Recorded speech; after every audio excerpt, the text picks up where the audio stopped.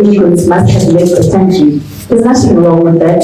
And we're standing here to say exactly that the 30th of June was not announced by any of us, but because we are with the communities. We are the ones that know what the communities are saying to us. We are the ones that have seen the impact of what goes on because of illegal immigration. Therefore, if the 30th of June is putting enough pressure on the government and illegal immigrants themselves to go home, what could possibly be wrong with that? I'm sorry, I don't get the illegal part of it. Maybe we can get a further elaboration on what would be illegal about telling an illegal person to leave the country legally while they go in the country legally.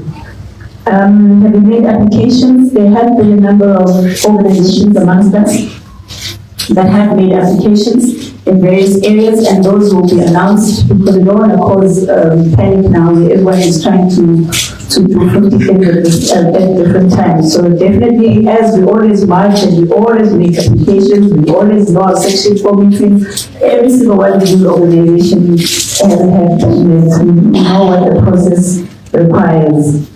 And how many people are we expecting? We don't know. That's the honest truth. We honestly don't know. All we know is that South Africans in their majority have expressed that they are no longer comfortable living with people that they don't know, who are in the country legally, who are taking over their spaces, and there are even places in South Africa where we don't feel comfortable going. Our Sunnyside, the Hill Roads, the Point Roads, all of these places. And this is a call to say that we want all of these things to come to an end. We miss the days where South Africa was, South Africa, where you would walk on the streets and there's not 50,000 people selling and you fall off the streets and nobody in government sees that as a problem or a reason to enforce their laws. But tell them about March and March, suddenly everyone remembers the law.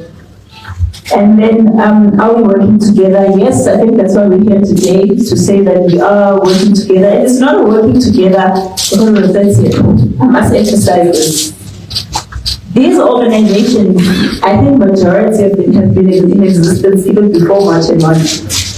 But for some odd reason, it's like this is a March and March thing because I don't know why it's a March and March thing. I honestly don't know.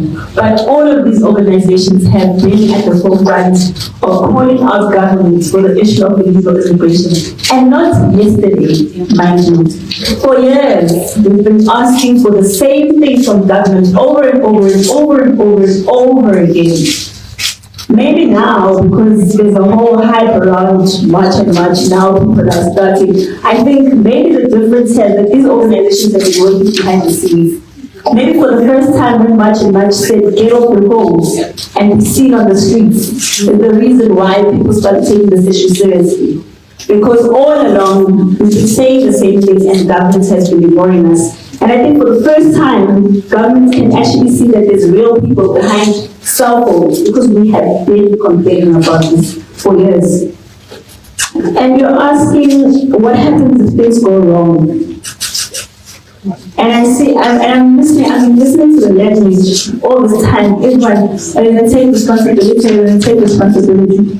Can I ask, whose responsibility is it to protect the country? Is it us? It's definitely not our responsibility. You can't place that on us. If the government is going to be spending 600 million, then they must work for it. They must show us that they can be able to protect the country. We can't be crying every day over our borders, being porous, and then failing to protect us as a citizens. And when we decide we want to stand up against them, suddenly everyone has a voice about how